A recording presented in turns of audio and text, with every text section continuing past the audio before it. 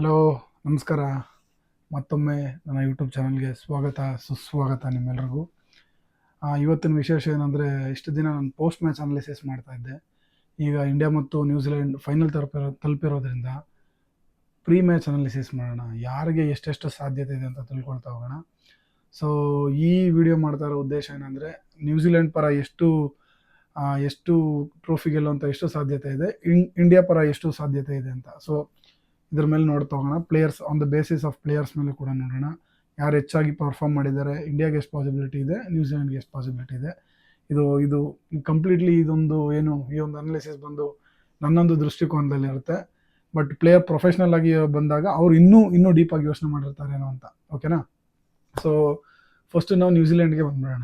ನ್ಯೂಜಿಲೆಂಡಿಂದನೇ ಶುರು ಮಾಡೋಣ. ಸೊ ನ್ಯೂಜಿಲೆಂಡಲ್ಲಿ ಈಗಿನ ಏನು ಚಾಂಪಿಯನ್ಸ್ ಟ್ರೋಫಿ ನಡೀತಾ ಇದೆ, ನ್ಯೂಜಿಲೆಂಡಲ್ಲಿ one of the best team ನಾನು ನೋಡಿರೋಂಥ ಟೀಮ್ಸಲ್ಲಿ ಇಂಡಿಯಾಗೆ one of the finest balance ಇರುವಂಥ ಟೀಮ್ ಆಯಿತು. ಸೊ ಅದೇ ಥರ ನ್ಯೂಜಿಲೆಂಡ್ ಕೂಡ ಅಷ್ಟೇ one of the best balance ಇರೋ ಟೀಮ್. ಬ್ಯಾಟಿಂಗ್ ತೊಗೊಂಡ್ರು ಅಷ್ಟೇ, ಬೌಲಿಂಗ್ ತೊಗೊಂಡ್ರು ಅಷ್ಟೇ, in the department of fielding ತೊಗೊಂಡ್ರು ಅಷ್ಟೇ, ತುಂಬ ಬ್ಯಾಲೆನ್ಸ್ಡ್ ಆಗಿರುವಂಥ ತಂಡ ಅದು. ಸೊ ಯಾಕೆ ಈ ಬ್ಯಾಲೆನ್ಸ್ ಬಂದಿದೆ ಅಂದರೆ, ಇದರಲ್ಲಿ ತುಂಬ ವಿಶೇಷವಾದಂಥ ಪ್ಲೇಯರ್ಸ್ ಇದ್ದಾರೆ. ಒಂದು ರಚಿನ್ ರವೀಂದ್ರ ಅವರವರು, ಟಾಮ್ ಲೇಥಮ್ ಅವರು, Williamson, Will Young, Darren Mitchell Santner, Glenn Phillips, ಈ ಥರ ಒಂದು ಮ್ಯಾಚ್ ವಿನ್ನಿಂಗ್ ಪರ್ಫಾರ್ಮರ್ಸ್ ಇದ್ದಾರೆ. ಸೊ ಇಲ್ಲಿ ಏನಾಗುತ್ತೆ ನೋಡಿ, ಬ್ಯಾಟಿಂಗ್ ವಿಭಾಗ ಅಂತ ಬಂದಾಗ ರಚಿನ್ ರವೀಂದ್ರ ಅವರು ಆಲ್ರೆಡಿ ಒಂದು ಸೆಂಚುರಿ ಮಾಡಿದ್ದಾರೆ, ವಿಲಿಯಮ್ ಯಂಗ್ ಅವರು ಸೆಂಚುರಿ ಮಾಡಿದ್ದಾರೆ, ವಿಲಿಯಮ್ಸನ್ ಅವರು ಕೂಡ ಸೆಂಚುರಿ ಮಾಡಿದ್ದಾರೆ. ಸೊ ಎಲ್ಲರೂ ಒಳ್ಳೆ ಟಚ್ಚಲ್ಲಿದ್ದಾರೆ. ಆಮೇಲೆ Glenn Phillips, the finisher role ಅಂತ ಬಂದಾಗ ಗ್ಲೆನ್ ಫಿಲಿಪ್ಸ್ ಬಡಿ ಆಟ ಆಡಿದ್ದಾರೆ. ಅವರೊಂದು ಫೀಲ್ಡಿಂಗ್ ಪರ್ಫಾರ್ಮೆನ್ಸ್ ನೀವು ಅಬ್ಸರ್ವ್ ಮಾಡ್ಬೋದು. ಸೊ ಯಾವುದೇ ಮೊನ್ನೆ ವಿರಾಟ್ ಕೊಹ್ಲಿ ಅವರ ಕ್ಯಾಚ್ ನೋಡ್ಬೋದು ನೀವು, ಯಾವುದೇ ಒಂದು ಬಾಲ್ ಆಗಲಿ, ಎಂಥದ್ದೇ ಸಂದರ್ಭ ಬಂದರೂ ಕೂಡ ಅವರವರ 100% ಎಫರ್ಟ್ನ ಕೊಡೋದ್ರಲ್ಲಿ ಯಾವುದೇ ಕಾರಣಕ್ಕೂ ಎಲ್ಲೂ ಕೂಡ ಒಂಚೂರು ಹಿಂಜರಿಕೆ ಮಾಡ್ತಾ ಇಲ್ಲ. ಸೊ ಅದೊಂದಾಗಿರಬೇಕು. ಮತ್ತು ಬೌಲಿಂಗ್ ಅಂತ ಬಂದಾಗ ಬ್ರೇಸ್ವಾಲ್ ಇದ್ದಾರೆ, ಮೆಟೆನ್ರಿ ಅವರು, ಕೈಲ್ ಜೇಮಿಸನ್ ಅವರು, ಮತ್ತು ವಿಲಿಯಮ್ ಅವರು ಎಲ್ಲ ತುಂಬ ಕೋಆರ್ಡಿನೇಟೆಡ್ ಆಗಿ ಆಗ್ತಾರೆ. ಅದ್ರ ಜೊತೆ ಕ್ಯಾಪ್ಟನ್ ಆದಂಥ ಸ್ಯಾಂಟ್ನರ್ ಕೂಡ. ಸೊ ಇಲ್ಲಿ ಇನ್ನೊಂದೇನೆಂದರೆ, ಈ ಕಂಪ್ಲೀಟ್ ಸೆಟಪ್ಪಲ್ಲಿ ಇಷ್ಟು ಜನ ಬೌಲರ್ಸ್ ಇದ್ದರೂ ಕೂಡ ನಿಮಗೆ ರಚಿನ್ ರವೀಂದ್ರ ಅವರು ಒಂದು 5-6 ಓವರ್ ಹಾಕ್ಕೊಡ್ತಾರೆ, ಸ್ಯಾಂಟ್ನರ್ ಕಂಪ್ಲೀಟಾಗಿ ಹಾಕ್ತಾರೆ. ಅದು ಬಿಟ್ಟರೆ ಫಿಲಿಪ್ಸ್ ಅವ್ರ ಕೈಲಿಂದ ಕೂಡ ಯಾರಾದರೂ ಏಟ್ ತಿಂದರೆ ಇಲ್ಲ ಬೌಲಿಂಗ್ ರನ್ಸ್ಗೆ ಹೋದರೆ, ಸೊ ಫಿಲಿಪ್ಸ್ ಅವ್ರನ್ನ ಕೂಡ ಮತ್ತಲ್ಲಿ ಯೂಸ್ ಮಾಡ್ಕೊಬೋದು. ಸೊ ಇಲ್ಲಿ ನಂಬರ್ ಆಫ್ ಆಪ್ಷನ್ಸ್ ಜಾಸ್ತಿ ಇದೆ. ಯಾಕಂದರೆ ರವೀಂದ್ರ ಅವರು ಬೌಲಿಂಗ್ ಮಾಡ್ತಾರೆ, ಫಿಲಿಪ್ಸ್ ಬೌಲಿಂಗ್ ಮಾಡ್ತಾರೆ, ಸ್ಯಾಂಟ್ನರ್ ಇದ್ದಾರೆ, ಇನ್ನು ಪ್ರೀಮಿಯಂ ಬೌಲರ್ಸ್ ಇದ್ದಾರೆ. ಸೊ ಇವ್ರನ್ನೆಲ್ಲ ಬಳಸ್ಕೊಬೋದು. ಸೊ ಈ ಒಂದು ಇಷ್ಟೆಲ್ಲ ಅನುಕೂಲ ಆಗಿರುವಂಥ ತಂಡ ನ್ಯೂಜಿಲೆಂಡ್ ಆಗಿರೋದ್ರಿಂದ ಭಾಳಷ್ಟು ಸ್ಟೇಬಲ್ ಇದೆ. ಸೊ ಇಲ್ಲಿ ಏನು ನೋಡ್ತಾ ಇದ್ದೀರಾ, ಮೊನ್ನೆ ಸೆಮಿಫೈನಲ್ ಮ್ಯಾಚಲ್ಲಿ 300 ಚಿಲ್ಲರೆ ರನ್ ನೋಡೋದು, ಸೌತ್ ಆಫ್ರಿಕಾನ ಬ್ಯಾಟಿಂಗ್ ಬಿಟ್ಟು ಮತ್ತೆ ಚೇಸ್ ಮಾಡೋ ಸಂದರ್ಭದಲ್ಲಿ ಸೌತ್ ಆಫ್ರಿಕಾನ ಕಟ್ಟಾಕಿದ್ದಂಥ ರೀತಿ, ಅಲ್ಲಿ ಡೇವಿಡ್ ಮಿಲ್ಲರ್ ಅವರು ಭಾಳ ಉತ್ತಮವಾದಂಥ ಪ್ರದರ್ಶನ ನೀಡಿದರೂ ಕೂಡ ಇವರು ಇನ್ನೊಂದು ಎಂಡಲ್ಲಿ ಯಾವುದೇ ಕಾರಣಕ್ಕೂ ಯಾರನ್ನೂ ಸೆಟಲ್ ಆಗೋಕ್ಕೆ ಬಿಡ್ದಿರಾ ತಡೆದಂಥ ರೀತಿ ಭಾಳ ಅದ್ಭುತವಾಗಿತ್ತು ಆ್ಯಕ್ಚುಲಿ. ಸೊ ನ್ಯೂಜಿಲೆಂಡ್ ಕೂಡ ತುಂಬ ಫೈನ್ ಇದೆ. ಇನ್ನೊಂದು ಏನಾಗುತ್ತೆ, ನಮ್ಮ ಇಂಡಿಯಾ ಕೂಡ ಅಷ್ಟೇ ಬಲಿಷ್ಠವಾಗಿರೋದ್ರಿಂದ ಈ ಮ್ಯಾಚ್ ನೆಕ್ ಟು ನೆಕ್ ಬರ್ಬೋದು, ಹೇಳಕ್ಕೆ ಬರಲ್ಲ ಏನಾಗುತ್ತೆ ಅಂತ. ಸೊ ಬಟ್ ನೋಡೋಣ ನೆಕ್ಸ್ಟ್. ಇವಾಗ ನಮ್ಮ ಇಂಡಿಯಾಗೆ ಬಂದರೆ ನಿಮ್ಗೆ ಆಲ್ರೆಡಿ ಗೊತ್ತು, ರೋಹಿತ್ ಶರ್ಮಾ, ಗಿಲ್ ಇದ್ದಾರೆ. ನನ್ನ ಪ್ರಕಾರ ಇಂಡಿಯಾ ಅವರು ದಿ ಅನ್ಚೇಂಜ್ಡ್ ಆಡ್ತಾರೆ, ಆ್ಯಂಡ್ ನ್ಯೂಜಿಲೆಂಡು ಅಷ್ಟೇ ದಿ ಅನ್ಚೇಂಜ್ಡ್ ಆಡ್ತಾರೆ. ಚಾನ್ಸೇ ಇಲ್ಲ ಯಾರನ್ನೂ ಚೇಂಜ್ ಮಾಡಲ್ಲ. ಬಿಕಾಸ್ ಕಂಪ್ಲೀಟ್ಲಿ ಟೀಮ್ ಮುಂದೇನಾಗಿದೆ, ಬ್ಯಾಲೆನ್ಸ್ಡ್ ಆಗಿರೋದ್ರಿಂದ. ಸೊ ಅವ್ರು ಯಾವುದೇ ಕಾರಣಕ್ಕೂ ಟ್ರಸ್ಟ್ ಇದೆ ಅವ್ರಿಗೆಲ್ಲ ಪ್ಲೇಯರ್ಸ್ ಮೇಲೆ. ಸೊ ಹಾಗಾಗಿ ಅವ್ರು ಯಾವುದೇ ಕಾರಣಕ್ಕೂ ಬದಲಾವಣೆ ಬಯಸಲ್ಲ ಅಂತ ನನ್ನ ಪ್ರಕಾರ. ಇವಾಗ ನಾವು ಇಂಡಿಯಾದ ಮಾತಾಡೋಕೆ ಹೋದರೆ ರೋಹಿತ್ ಶರ್ಮಾ ಇದ್ದಾರೆ, ನೆಕ್ಸ್ಟ್ ಗಿಲ್ ಬರ್ತಾರೆ, ಕೊಹ್ಲಿ, ಅಯ್ಯರ್ ಇದ್ದಾರೆ, ಅಕ್ಷರ್ ಪಟೇಲ್, ಹಾರ್ದಿಕ್ ಪಾಂಡ್ಯ, ನಮ್ಮ ರಾಹುಲ್ ಇದ್ದಾರೆ, ಕುಲ್ದೀಪ್ ಯಾದವ್, ವರುಣ್ ಚಕ್ರವರ್ತಿ, ಜಡೇಜಾ, ಮೊಹಮ್ಮದ್ ಶಮಿ. ಸೊ ಇದು ಕಂಪ್ಲೀಟ್ ಟೀಮ್ ನಮ್ಮದು ಅನ್ಚೇಂಜ್ಡ್ ಆಗಿ 11 ಆಡ್ತಾರೆ.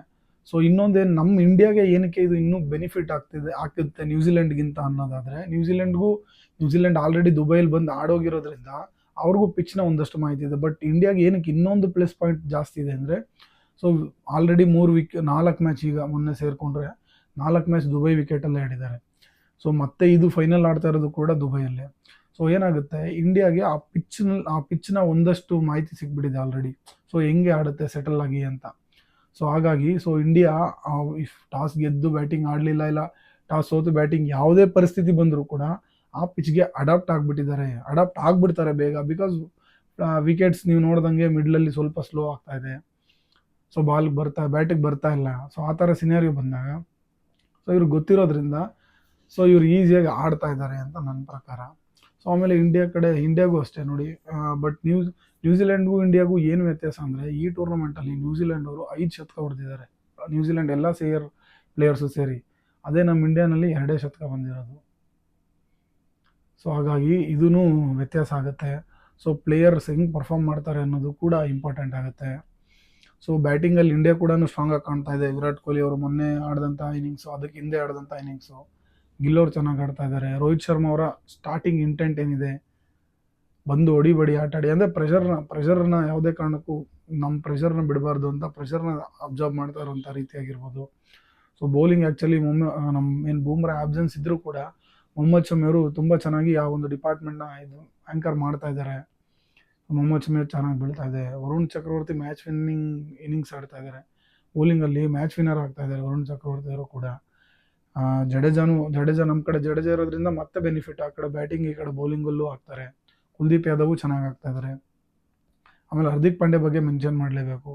ಒಂದು ಸೀಮಿಂಗ್ ಆಲ್ರೌಂಡರ್ ಅಂತ ಬಂದಾಗ ಅದು ಎಷ್ಟು ಇಂಪಾರ್ಟೆಂಟ್ ಆಗುತ್ತೆ ತಂಡಕ್ಕೆ ಅಂದಾಗ, ಈ ಥರ ಒಂದು ಒಳ್ಳೆ ಸೀಮರ್ ಇಲ್ದಿರ ಇದ್ರೂ ತಂಡದಲ್ಲಿ ಆ ಒಂದು ಜಾಗನ ಹಾರ್ದಿಕ್ ಪಾಂಡ್ಯ ಅವರು ತುಂಬಿ ಸ್ಟಾರ್ಟಿಂಗ್ ಬೌಲಿಂಗ್ ಮಾಡ್ತಾರೆ. ಓಪನಿಂಗ್ ಓವರ್ಸಲ್ಲಿ ಬೌಲಿಂಗ್ ಮಾಡ್ತಾ ಇದ್ದಾರೆ ಹಾರ್ದಿಕ್ ಪಾಂಡ್ಯ ಅವರು. ಮೊನ್ನೆ ನಡೆದಂಥ ಮ್ಯಾಚಲ್ಲೂ ಕೂಡ ಶಮಿ ಜೊತೆ ಬೌಲಿಂಗ್ ಪಾರ್ಟ್ನರ್ಶಿಪ್ ಮಾಡಿದಂಥವ್ರು ಹಾರ್ದಿಕ್ ಪಾಂಡ್ಯ ಅವರು. ಸೊ ಇಷ್ಟೆಲ್ಲ ವಿಚಾರಗಳಿಲ್ಲಿದೆ. ಬಟ್ ನಾನು ಇನ್ನೂ ಒಂದೇನು ಅಬ್ಸರ್ವ್ ಮಾಡಿದ್ದೀನಿ ಅಂದರೆ, ನ್ಯೂಜಿಲೆಂಡ್ ತಂಡದಲ್ಲಿ ಮಿಚೆಲ್ ಸ್ಯಾಂಟ್ನರ್ ಅವರು ಪಾರ್ಟ್ ಟೈಮ್ ಕ್ರಿಕೆಟರ್ ಅಂತ ಹೇಳಿ ಫುಲ್ ಟೈಮ್ ಗೋಲ್ಫರ್ ಅಂತ ಇನ್ಸ್ಟಾಗ್ರಾಮಲ್ಲಿ ಹಾಕ್ಕೊಂಡಿದ್ದಾರೆ.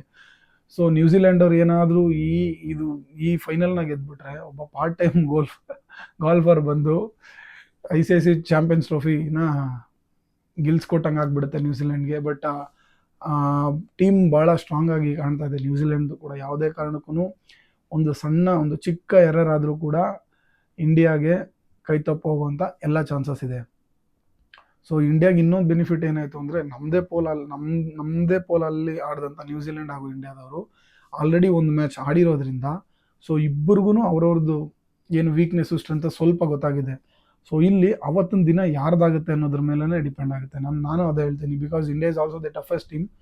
ಈ ಟೂರ್ನಲ್ಲಿ ನ್ಯೂಜಿಲೆಂಡು ಕೂಡ ಅಷ್ಟೇ ಬಲಿಷ್ಠವಾಗಿ ಆಡ್ಕೊಂಬಂದಿದ್ದಾರೆ. ಸೊ ನೆಕ್ ಟು ನೆಕ್ ಇರುತ್ತೆ ಫೈಟು. ಸೊ ಕಾದು ನೋಡೋಣ ಯಾರು ಗೆಲ್ಬೋದು ಅಂತ. ಬಟ್ ನನ್ನ ಒಲವು ಆಬ್ವಿಯಸ್ಲಿ ಇಂಡಿಯಾನೇ ಇರುತ್ತೆ. ಬಿಕಾಸ್ ಇಂಡಿಯಾನೇ ಗೆಲ್ಲಬೇಕು ಅಂತ. ಬಿಕಾಸ್ ಇಂಡಿಯಾ ಗೆದ್ದರೆ ಅದು ಒಂದು ತಂಡಕ್ಕೆ ಒಂದು ಗರ್ವ ಬರುತ್ತೆ, ಒಂದು ಬ್ಯಾಲೆನ್ಸ್ ಬರುತ್ತೆ. ಆಮೇಲೆ ತಂಡ ರಿಯಬಲ್ ಅಂತಾರಲ್ವ, ಸೊ ಆ ಥರ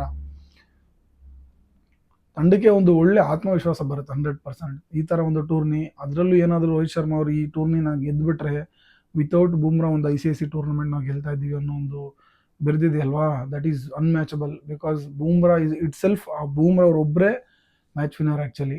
ಬೂಮ್ರಾ ಅವರು match winner bowler actually. So Bumrah ಅವ್ರು ಇಲ್ದಿರ ಏನಾದರೂ ಇದು ಗೆದ್ದರೆ ರೋಹಿತ್ ಶರ್ಮಾ ಅವರ ಕ್ಯಾಪ್ಟನ್ಸಿ ಮತ್ತಷ್ಟು ಇದಾಗುತ್ತೆ. ಬಿಕಾಸ್ ರೋಹಿತ್ ಶರ್ಮಾ ಅವರು ಆಲ್ರೆಡಿ ಅವರು ಆಡಿದಂಥ ICC ಎಲ್ಲ ಟೂರ್ನಮೆಂಟ್ಸ್ಗೆ ಆ್ಯಸ್ ಎ ಕ್ಯಾಪ್ಟನ್ ಎಲ್ಲ ಟೂರ್ನಮೆಂಟ್ಸ್ನೂ ಫೈನಲ್ ಬಂದುಬಿಟ್ಟಿದ್ದಾರೆ.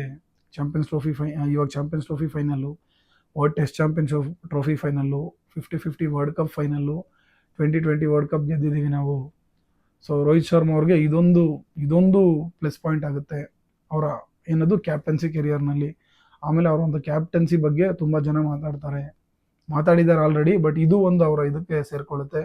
ಸೊ ಆಬ್ವಿಯಸ್ಲಿ ಆಪೋಸಿಟಲ್ಲಿ ನಾವು ಮಾತಾಡಬೇಕಾದ್ರೂ ಕೂಡ ಮಿಚೆಲ್ ಸ್ಯಾಂಟ್ನರ್, ನಾನು ಆಗಲೇ ಹೇಳ್ದಂಗೆ ಫುಲ್ ಟೈಮ್ ಗೋಲ್ಫರ್ ಅಂತ ಅವ್ರೇನು ಹೇಳ್ಕೊಂಡಿದ್ದಾರೆ, ಪಾರ್ಟ್ ಟೈಮ್ ಕ್ರಿಕೆಟರ್ ಅಂತ ಹೇಳ್ಕೊಂಡಿದ್ದಾರೆ. ಸೊ ಅವರು ಕೂಡ ಏನಾದರೂ ಅವ್ರ ತಂಡನ ಗೆಲ್ಲಿಸ್ಬಿಟ್ರೆ, ಸೊ ಅದು ಕೂಡ ಭಾಳಷ್ಟು ಹೆಮ್ಮೆಗೆ ಪಾತ್ರರಾಗ್ತಾ ಇರೋರು. ಸೊ ನನ್ನ ಪ್ರಕಾರ ಇಂಡಿಯಾನೇ ಗೆಲ್ಲಬೇಕು ಅಂತ ಬಿಕಾಸ್ ಇಂಡಿಯಾನೇ ಗೆಲ್ಲಬೇಕು. ಯಾಕೆ ಏನೂ ಗೊತ್ತಿಲ್ಲ, ಇಂಡಿಯಾನೇ ಗೆಲ್ಲಬೇಕು. ಸೊ ನೋಡೋಣ ಹೇಗೆ ಆಡ್ತಾರೆ. Hope for the best. ನಾನಂತೂ ಇಂಡಿಯಾ ಗೆಲ್ಲಿ ಅಂತಲೂ ಶೇರ್ ಮಾಡ್ತೀನಿ. ನೀವುಗಳು ಕೂಡ ಇಂಡಿಯಾ ಗೆಲ್ಲಿ ಅಂತ ಶೇರ್ ಮಾಡಲಿ. ಸೊ ಸದ್ಯಕ್ಕೆ ಇವತ್ತಿನ ವಿಶೇಷ ಇದು. ಇಷ್ಟು ದಿನ ಪೋಸ್ಟ್ ಮ್ಯಾಚ್ ಅನಾಲಿಸಿಸ್ ಮಾಡ್ತಾ ಇದ್ದೆ, ಇವತ್ತು ಪ್ರೀ ಮ್ಯಾಚ್ ಅನಾಲಿಸಿಸ್ ವಿಶೇಷವಾಗಿ ಮಾಡಿದ್ದೀನಿ.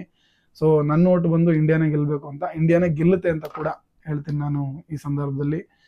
ಸೊ ಮುಂದಿನ ಸಂಚಿಕೆಗಳಲ್ಲಿ ಮತ್ತೆ ಸಿಗ್ತಾ ಹೋಗೋಣ. ಆ್ಯಸ್ ಯೂಶುವಲ್ ನಾನು ಹೇಳೋ ಹಾಗೆ ಲೈಕ್, ಶೇರ್ ಮತ್ತು ಸಬ್ಸ್ಕ್ರೈಬ್ ಮಾಡೋದನ್ನು ಯಾವುದೇ ಕಾರಣಕ್ಕೂ ಮರಿಬೇಡಿ. Thank you. Tata, bye bye.